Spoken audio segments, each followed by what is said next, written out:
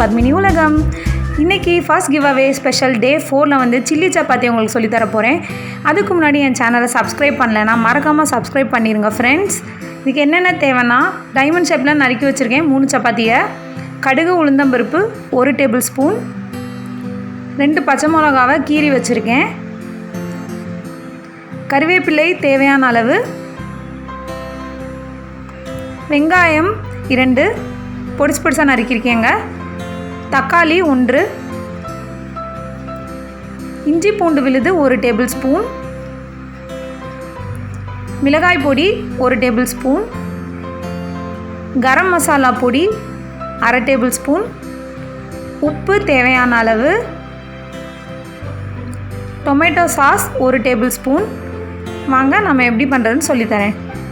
கடாயில் எண்ணெய் 3 table spoon எண்ணெயை ஊற்றி, எண்ணெய் காஞ்சதுக்கப்புறம் நம்ம துண்டு துண்டாக நறுக்கி வச்சுருக்க சப்பாத்தியை வந்து அதில் போட்டு கொஞ்சம் மொறுமொறுன்னு ஆகிற வரைக்கும் ஒரு 2 மினிட்ஸ் வந்து பொரித்து எடுத்துக்கோங்க.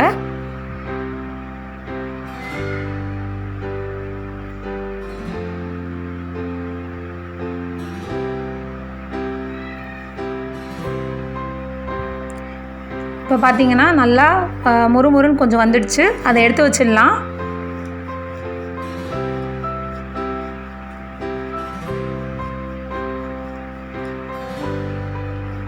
இப்போ பார்த்தீங்கன்னா நல்லா பொரிஞ்சிடுச்சு. இப்போ அதே கடாயில் திரும்ப 3 டேபிள் ஸ்பூன் எண்ணெயை ஊற்றி, எண்ணெய் காஞ்சதுக்கப்புறமா கடுகு உளுந்தம்பருப்பை போட்டுருங்க. கடுகு வெடித்ததுக்கப்புறம் பட்டை கிராம்பு போட்டுருங்க. கூடவே நம்ம நறுக்கி வச்சுருக்க மிளகாயையும் போட்டுருங்க. அதோட கருவேப்பிலையும் சேர்த்து நல்லா கொஞ்சம் வதங்கினதுக்கப்புறம் நறுக்கி வச்சுருக்க பெரிய வெங்காயத்தை போட்டு கொஞ்சம் பொன்னிறம் ஆகிற வரைக்கும் ஒரு 2 மினிட்ஸ் வதக்கிடுங்க. தேவையான அளவு உப்பு சேர்த்துக்கணும்.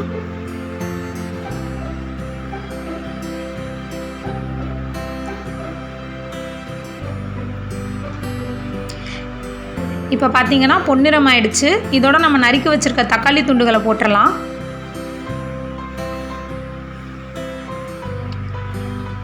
நான் 1 தக்காளி எடுத்திருக்கேங்க.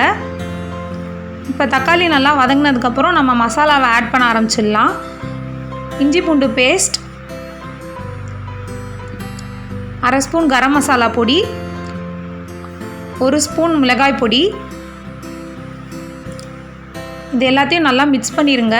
நல்லா அந்த பச்சை வாசம் போகிற வரைக்கும் நல்லா வதக்கிடுங்க. இப்போ வதங்கினதுக்கப்புறம் நம்ம வச்சுருக்க டொமேட்டோ சாஸை ஊற்றிடலாங்க.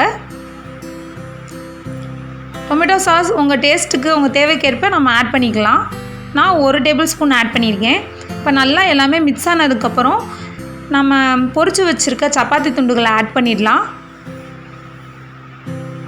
இதை வந்து மீடியம் ஃப்ளேமில் வந்து ஒரு 2 மினிட்ஸ் வதக்கிடுங்க.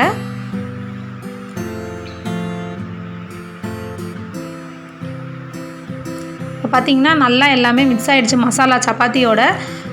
இது ஒரு டேஸ்டியான ஸ்நாக்ஸ் ரெசிபிங்க. பிரேக்ஃபாஸ்ட்டுக்கும் நீங்கள் எடுத்துக்கலாம். கண்டிப்பாக குட்டீஸ்க்கெலாம் ரொம்ப பிடிக்கும், பெரியவங்களுக்கும் ரொம்ப பிடிச்ச டிஷ் தான். உங்கள் வீட்டில் அதை ட்ரை பண்ணி பாருங்கள். இந்த வீடியோ உங்களுக்கு பிடிச்சிருந்தா எங்கள் சேனலை லைக், சப்ஸ்கிரைப் பண்ணுங்கள். உங்கள் ஃப்ரெண்ட்ஸ்க்கும் ஷேர் பண்ணுங்கள் ஃப்ரெண்ட்ஸ். தேங்க்யூ.